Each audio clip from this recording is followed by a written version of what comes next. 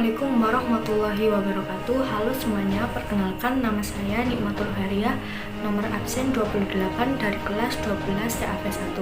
Izin menyampaikan materi tentang keberhasilan usaha.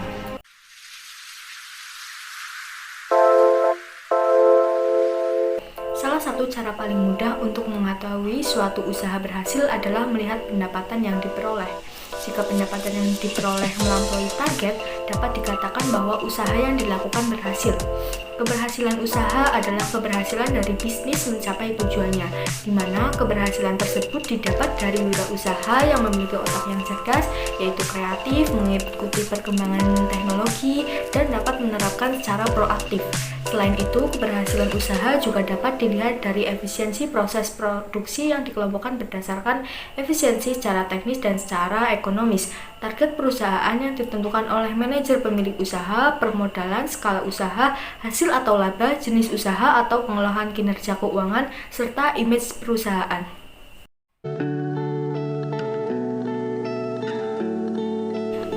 Selanjutnya, ada faktor yang mempengaruhi keberhasilan usaha dapat diketahui dari dua faktor, yaitu yang pertama adalah faktor internal, diantaranya adalah kualitas sumber daya manusia, penguasaan organisasi, struktur organisasi, sistem manajemen, partisipasi, kultur atau budaya bisnis, kekuatan modal, jaringan bisnis dengan pihak luar, tingkat entrepreneurship. Yang kedua adalah faktor eksternal, dapat dibagi menjadi dua, yaitu yang pertama faktor pemerintah, diantaranya adalah kebijakan ekonomi, birokrat, politik, dan tingkat demokrasi. Yang kedua adalah faktor non-pemerintah, yaitu sistem perekonomian sosial kultur, budaya masyarakat, sistem pemburuan dan kondisi pemburuan, kondisi infrastruktur, tingkat pendidikan masyarakat, dan lingkungan global. Kriteria penting sebagai indikator keberhasilan usaha ada 4. Yang pertama adalah kemampuan menyesuaikan diri, kedua produktivitas, ketiga kepuasan kerja, dan yang terakhir kemampuan mendapatkan laba dan pencarian sumber daya.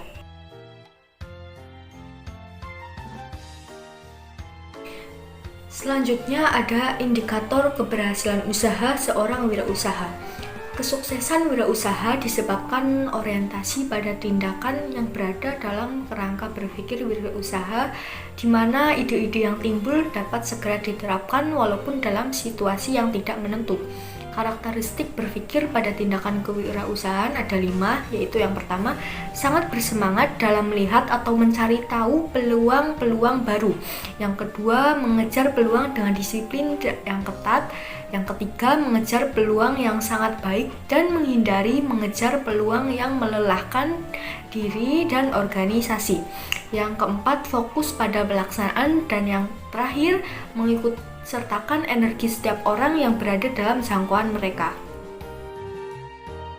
Ada 8 hal yang membuat usaha atau bisnis meraih kesuksesan atau keberhasilan, yaitu peluang pasar yang baik, keunggulan persaingan, kualitas barang atau jasa, inovasi yang berproses, dasar budaya perusahaan, menghargai pelanggan atau pegawai, manajemen yang berkualitas, dan yang terakhir adalah dukungan modal yang kuat. Adapun indikator keberhasilan usaha menurut Suryana, keberhasilan usaha terdiri dari modal, pendapatan, volume penjualan, output atau masukan produksi, dan tenaga kerja.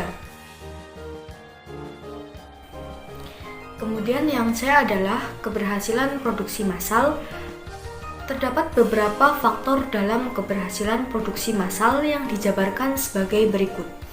Yang pertama, perusahaan akan membuat produk yang lebih variatif. Kedua, perusahaan lebih dapat menekan harga produk sehingga harga jual pada konsumen rendah.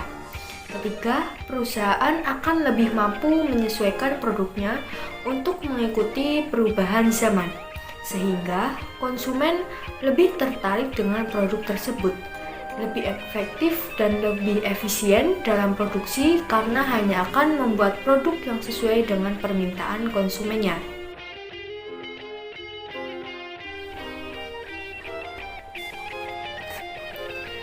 Selanjutnya, D ada indikator keberhasilan produksi massal. Pengukuran keberhasilan produksi massal meliputi 1. Produktivitas. Berikut hal-hal yang berkaitan di dalam aspek-aspek produktivitas. Yang A. Perhitungan produktivitas dalam perusahaan. B. Dimensi keberhasilan produktivitas. Yang kedua ada kapasitas produksi. Kapasitas produksi adalah hasil produksi atau volume pemrosesan (throughput) atau jumlah unit yang dapat ditangani, diterima, dan disimpan atau diproduksi oleh sebuah fasilitas pada satu periode waktu tertentu. Jenis-jenis kapasitas ada 3, yaitu kapasitas desain, kapasitas efektif, dan kapasitas pemanfaatan. Kapasitas desain yaitu kapasitas yang dapat diperoleh oleh suatu desain produk jika desain produk tersebut dialokasikan kepada sumber daya yang cocok. Kapasitas efektif yaitu kapasitas yang dapat diperoleh jika dihitung dari efektivitas desain dan sumber daya yang diperoleh. Kapasitas pemanfaatan yaitu kapasitas efektif dari produk yang sedang digunakan. Berikut adalah materi yang dapat saya sampaikan. Bila ada kekurangan atau kesalahan, mohon maaf yang sebesar-besarnya. Wassalamualaikum warahmatullahi wabarakatuh.